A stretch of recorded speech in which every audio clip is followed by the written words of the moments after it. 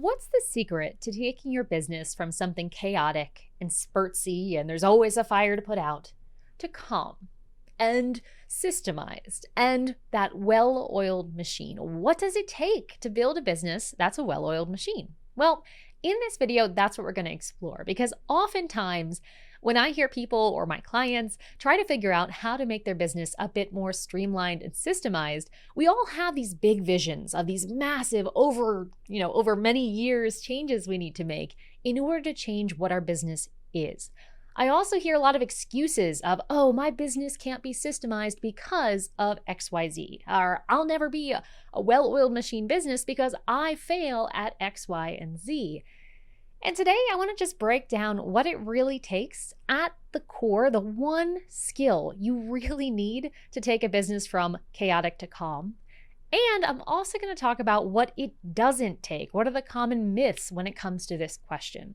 Before we dive into that, I want to just do a quick introduction for those of you who are new to the channel. Hello, my name is Layla and I am a ClickUp and process consultant. What that means is my job is to help you figure out what you do, get it out of your head, and help other people help you with it. So this question of becoming a well-oiled machine is pretty much what I spend every day solving. And we have now helped over 800 clients with this question using the simple framework I'm going to describe in this video. I'm going to start off with the most common one I hear in my space, which is I need a fancy software in order to become systemized. I can't afford, Oracle SAP solutions. I can't afford an ERP. I can't afford ClickUp. And because I can't afford that fancy piece of software, well, I can't be systemized. This is baloney. This is not something that is true. And this is something the software marketers are trying to make you believe every single time you view an ad for Monday or Trainual or Process Street or ClickUp, whatever it is. That's what they're trying to make you believe. But the fact is, it is not true.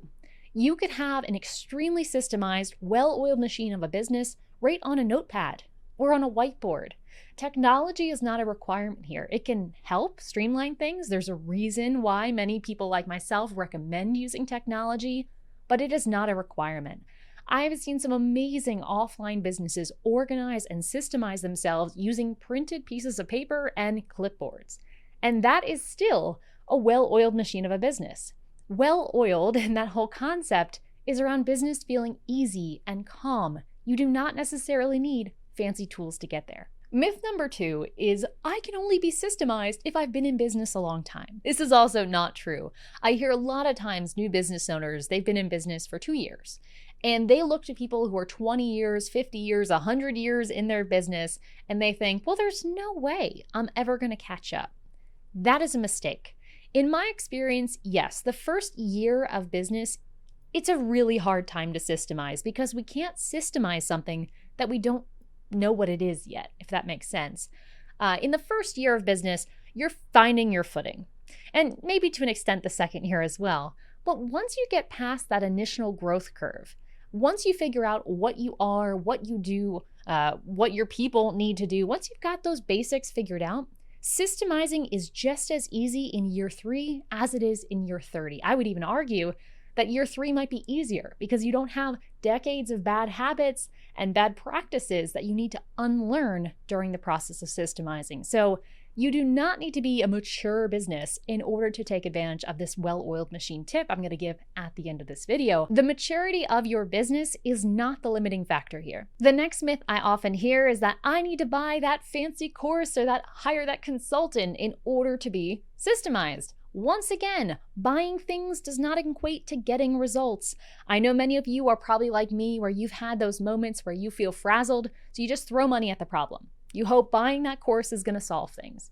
But even though I'm sitting here as someone who has created a course and has a membership about systemizing your business, I am here to tell you buying stuff and doing nothing with it is not going to make a difference. So you do not feel like you need to buy a bunch of stuff in order to apply these principles I'm going to talk about today.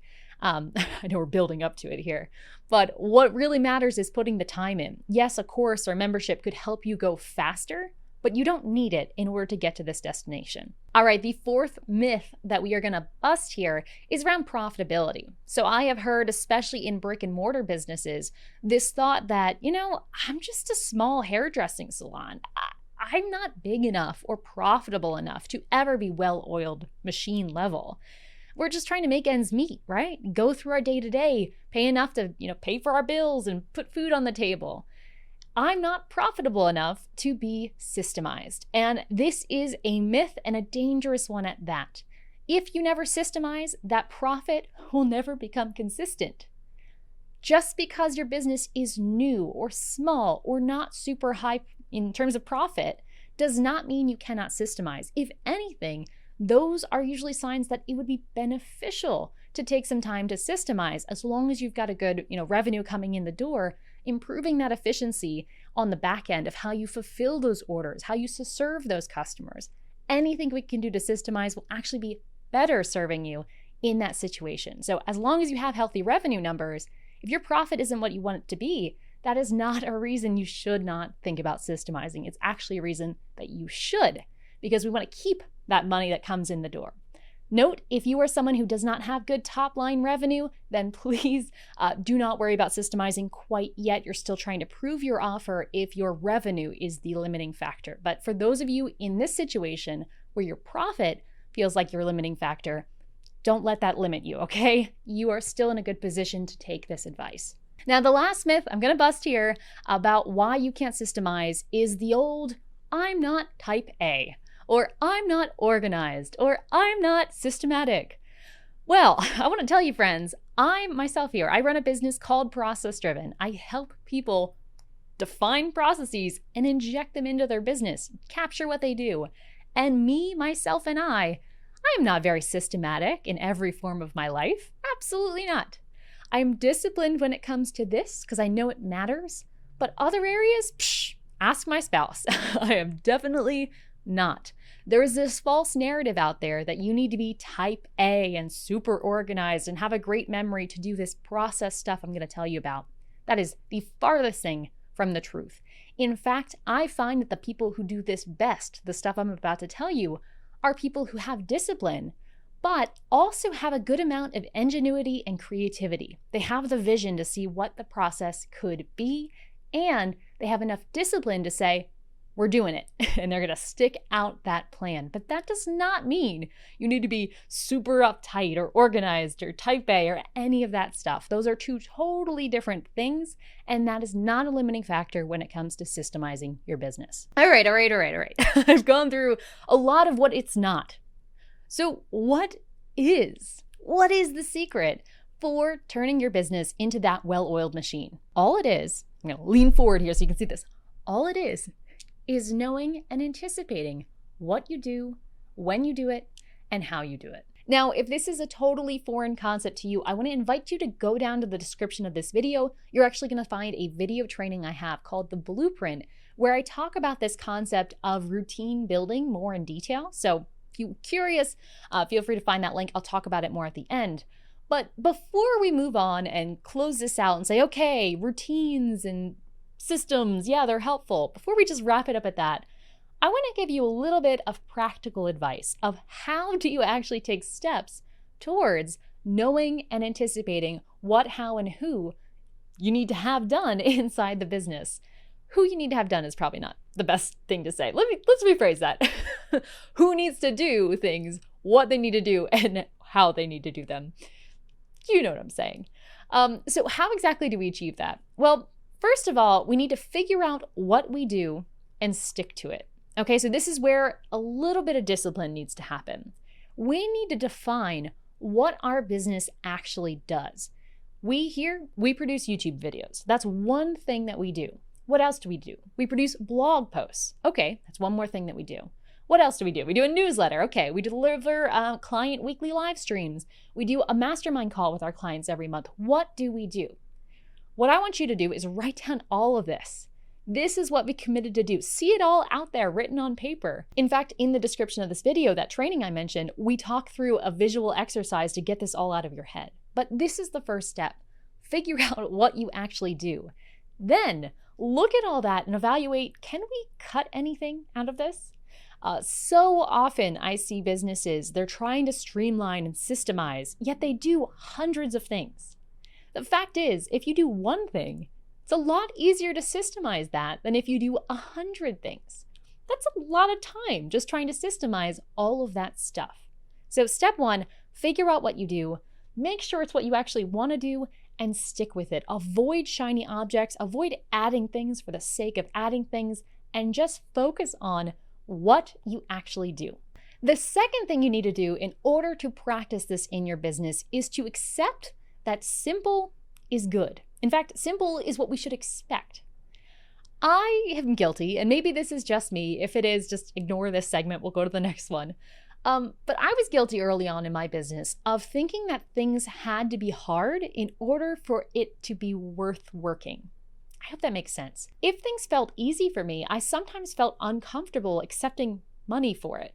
It almost was like I needed to work hard and feel like things were hard in order for it to truly be considered work. Now, that could say more about my upbringing than yours, but if that's something that you can relate to, I want to give you that reminder here in number 2 to make sure that you are acknowledging that work can and should be simple and easy as a rule. Ease is what we're aiming for. Work doesn't have to be and shouldn't have to be hard every single day. When we accept that hard is what things should feel like, things should always be difficult, well, then we're accepting our role as a firefighter, that the chaos of not having a well-oiled machine, that's okay, because the chaos is what we need to have in order for us to feel like we're putting in our time. If, however, we take the other stance where our expectation is that things are going to feel relaxed, it's work, but it's not killing you. If we accept that as our new baseline, all of a sudden we don't have tolerance for that chaos anymore, and we start to find ways to fix it. If we never make that switch in our head, though, myself, many of you might be in the same shoes, I used to just make problems out of nothing because I felt that if things weren't hard, they weren't really work. I know that's weird. So that's number 2 there. Accept that ease is our baseline. The third mindset shift we need to have here to implement this is to prioritize process over projects. And this is an interesting concept that I wish I could attribute to wherever I first heard it. The idea here is that process is standard, predictable, and it has a known outcome, right?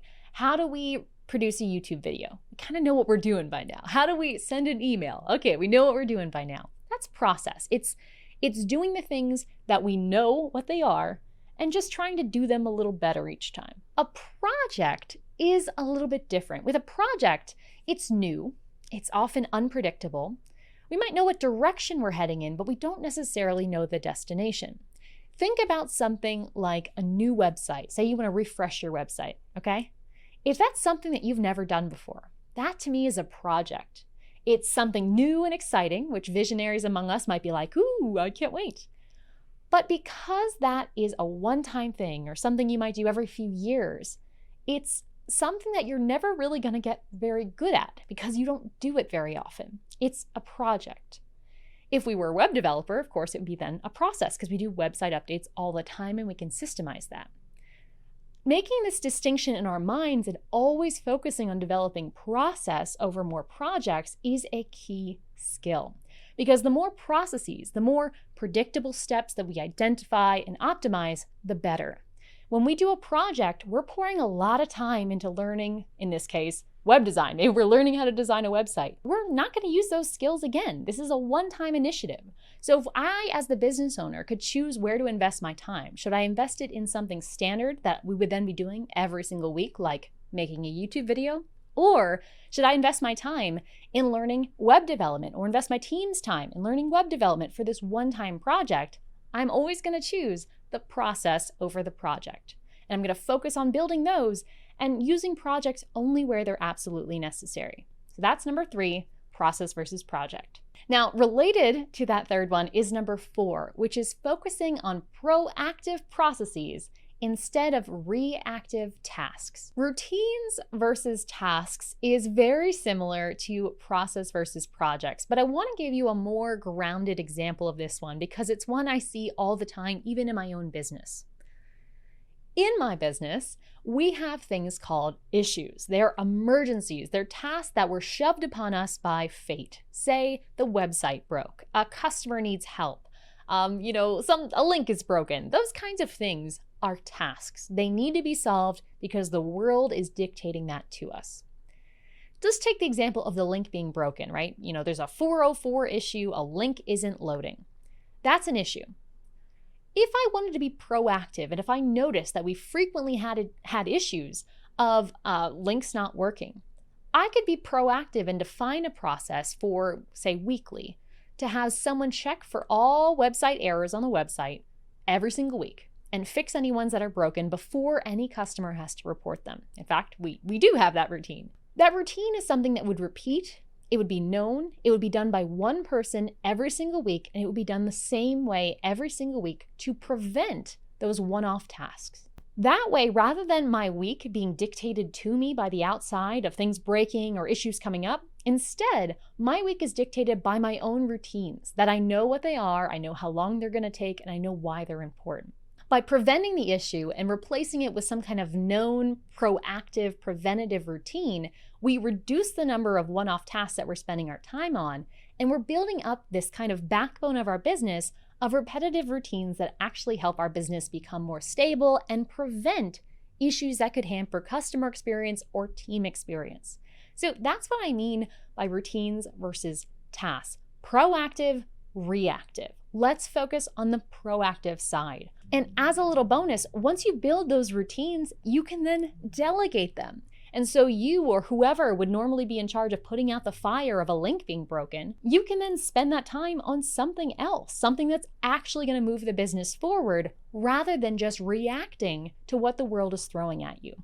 Proactive routines are like your force field of defense against all the uncertainty out there in the world. Now, I know this is a lot of information I just threw at you, and I just want to be clear that if you follow these steps, it's not like overnight your business is going to be a different business. It's not to say that once you're a well-oiled machine, your business is going to run flawlessly and you'll never have an issue again. That's not the case.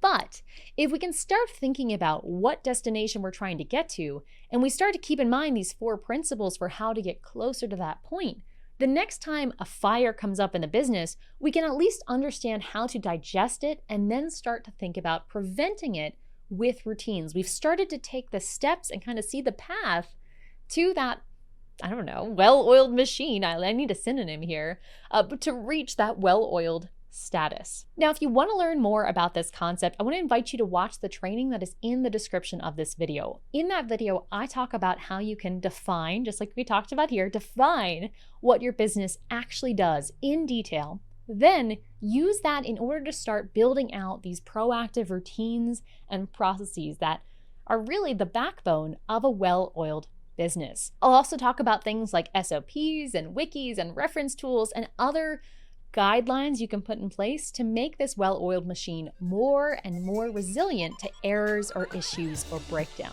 So if you want to check that out, it is free. It's in the description below. Give it a peek. Otherwise, check out this video because I think that'll be a good follow-up in case you don't want to watch the full training yet.